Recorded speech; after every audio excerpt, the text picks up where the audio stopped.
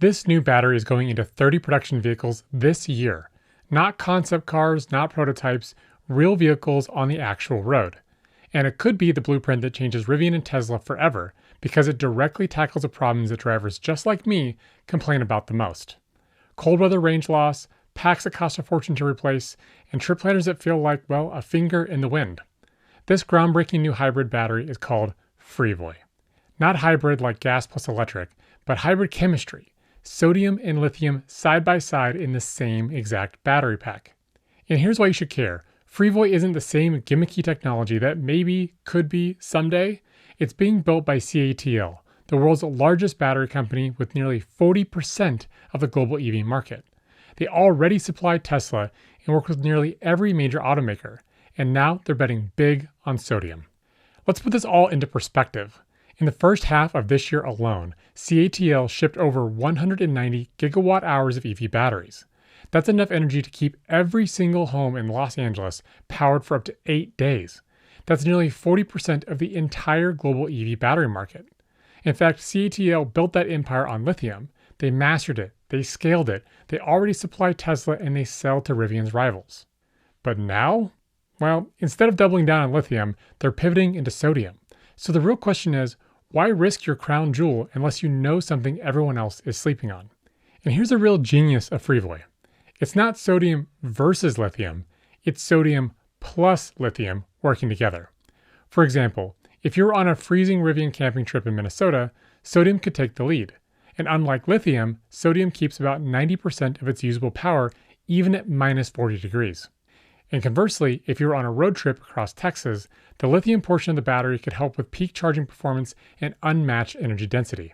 That means lithium delivers more range than a sodium-only pack because it's lighter, denser, and gives you more range while charging far quicker, which means shorter charging stops. And in the background, sodium could still quietly help your BMS calibrate the system, acting as a reference point, making trip planners even more accurate so that range anxiety becomes a thing of the past. The result? A pack that's safer, cheaper, longer lasting, and far more reliable. And remember, those 30 production vehicles aren't a future promise. They're real-world testbeds. That means this isn't theory or some hypothetical. This is actually happening, and it's happening now. So what makes sodium different? Let's break it down. At a high level, sodium-ion batteries look just like lithium-ion. Same structure, same principle, ions shuttling back and forth between electrodes. But the story changes when you look at the trade-offs. Sodium really has 3 undisputed advantages. One is safety. CATL has punctured and deformed cells at 100% state of charge, and they didn't catch fire. Try the same abuse with lithium, and your day will go decidedly differently. 2 is the abundance of sodium.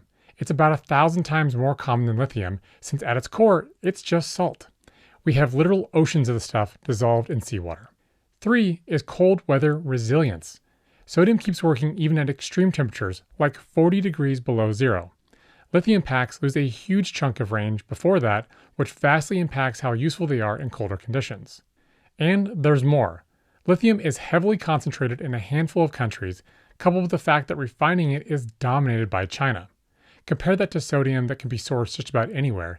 It's cheaper, it's cleaner, and it avoids a lot of the supply chain bottlenecks that make lithium prices swing with politics as much as they do with geology. So, if it's safer, cheaper, and, well, everywhere, why hasn't sodium already taken over? Sodium has always carried 2 fatal flaws. The first is lower energy density, which led to heavier battery packs for equivalent energy capacity and range. And the second is a shorter cycle life. This meant that packs wore out sooner compared to their lithium counterparts. Until now.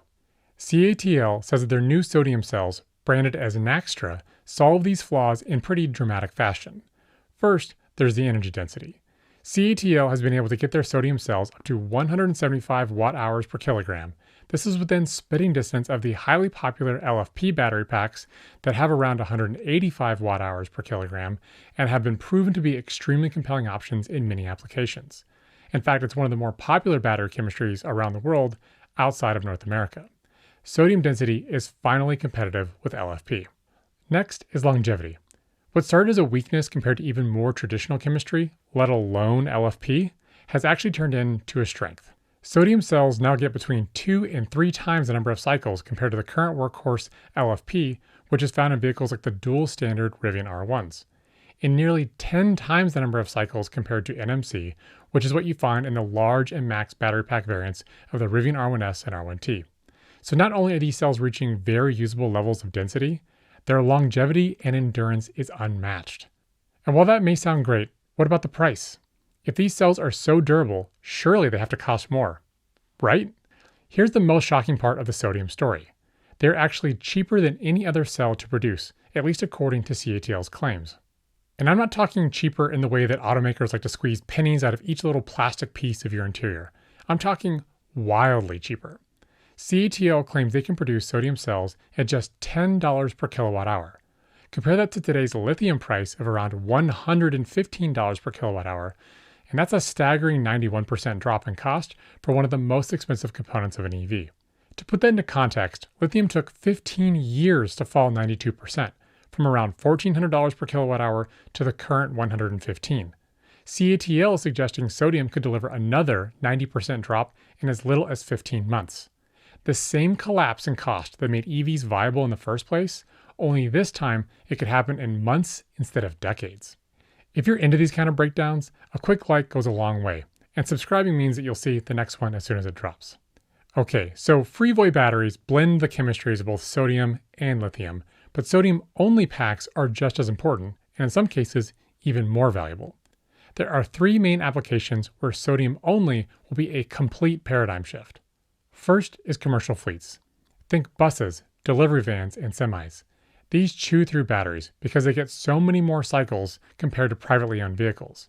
With a 10,000 cycle rating, sodium packs could keep fleets running for millions of miles without replacing the pack. That means things like less downtime, lower cost, and that's massive for companies running vans, semis, or buses. So what happens when you scale this from, say, one delivery van to an entire Amazon fleet? Second is home storage. Now, let's bring this down to your house. Right now, a typical home backup battery system costs around $10,000. If sodium pushes that pack cost down to even, say, $40 or $50 per kilowatt hour, that price drops to about $3,000. And if CATL's $10 per kilowatt hour claim ever becomes reality, well, a home battery could cost under $1,000. Continuous home backup power could be as common as a water heater. If you know someone still dragging out a loud gas generator after every storm, imagine how much this could change their life. This is the video that they need to see, because this future is way closer than they probably think. No more spoiled food, no more generator fumes, just quiet and reliable power for a price that anyone can comfortably afford. And third is the grid itself. You see, utilities don't care about weight. They only care about cost, cycle life, and safety. Sodium nails all 3. Plus, it's an absolute champ in cold weather when you may run into a need for grid stability the most. At $50 per kilowatt hour, coal and gas peaker plants look obsolete. But at $10 per kilowatt hour, renewable storage becomes so cheap that it flips the economics of the entire grid. So, is lithium dead? Not even close. Because while sodium is safer, cheaper, and tougher in the cold, lithium still wins on one important metric: performance. That's performance through things like energy density, where premium nickel packs hit between 250 and 300 watt-hours per kilogram. Sodium's 175 doesn't compete with that top-end density. Lithium also delivers performance for fast charging. In China, automakers are already testing 1.2 megawatt charging. That's hundreds of miles of range in just minutes. Sodium isn't close to guzzling down electrons at these extreme speeds. And third is overall power output. For towing, track days, and peak acceleration, lithium still hits harder with maximum output for maximum fun.